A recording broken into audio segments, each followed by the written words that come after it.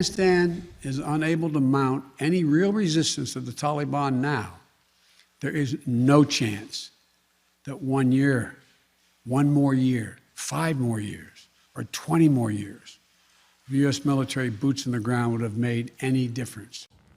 On Monday, President Biden defending his decision to leave Afghanistan, opening the door for the return in the country by the Taliban. And this morning, there's more horrifying news as these images continue to pour in from the capital city of Kabul. Yeah, so joining us this morning with her perspective on the situation is Elizabeth Shackelford, Senior Fellow on U.S. Foreign Policy at the Chicago Council on Global Affairs. Good morning to you. Good morning. Thanks for joining us. So let's get right into what the president had to say yesterday. Very defensive. He argued that the U.S. was told by the leaders in Afghanistan, by the president himself, that they were ready to fight. That army stood by and watched as the Taliban marched in. So I guess the big question a lot of people are asking this morning is, who's to blame for the failure? I think right now is really the wrong time to be looking at that failure. I think what we should be focused on is securing the airport, securing the access to the airport, and getting out as many of our allies right now as we can. Now, that said, I do agree with the basic message of President Biden. It was always going to end badly, and there is nothing that the United States government or military could have done in the ensuing years to change this ultimate outcome. Now, operationally, it should have gone better. It should have gone smoother. And we have, people should be answering questions for why we were not aware of how quickly Afghanistan would fall to the Taliban. I'd personally like to know why we were unaware of some of the deals that have been brokered between different Afghan military units across the country and the Taliban, which really seems to be why so many of them walked away without a fight.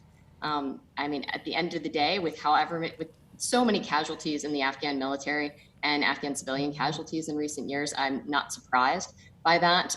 But those are some of the hard questions that we need to answer about how poorly our exit has gone. Well, I think what struck me most was the fact that we had to wait, more than a day to get an answer from our president, who was on vacation in Camp David. Couldn't get anybody from, his press secretary, Jen Psaki, not available. Kamala Harris not giving anybody any answers. And, what is your concern right now? Because my thought is, looking at everything, that the United States looks really weak right now when we don't have a leader coming out and speaking about this.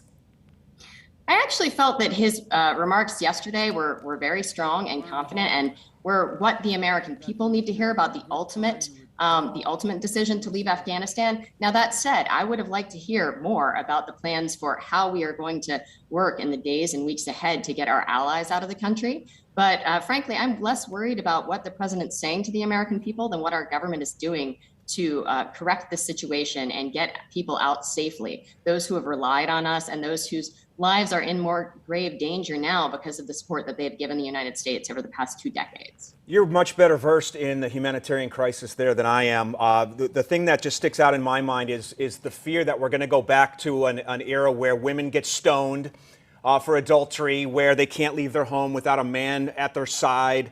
My question, though, is this. Where is the rest of the world on this? Why is the U.S. always policing these countries where people are suffering at the hands of dictatorships or Sharia law, you name it? I mean, I think that you've hit the nail on the head there, is that we're trying to govern this, and we've shown that we've tried to over 2 decades, but we have shown that we are unable to change the ultimate situation on the ground sustainably. I think that the international community needs to come together. And at the very least, diplomatically and using other tools and leverage available to put pressure on governments where they are taking rights away from women, for example. I mean, that is going to be the biggest tragedy of this, was that after 20 years of women primarily in the city areas where they've had greater access to rights and equality and things like voting, and that is likely to go away very rapidly under the Taliban. We've proven we can't do this. We can't build a nation to our liking through military force. So we should be realistic about what we can do.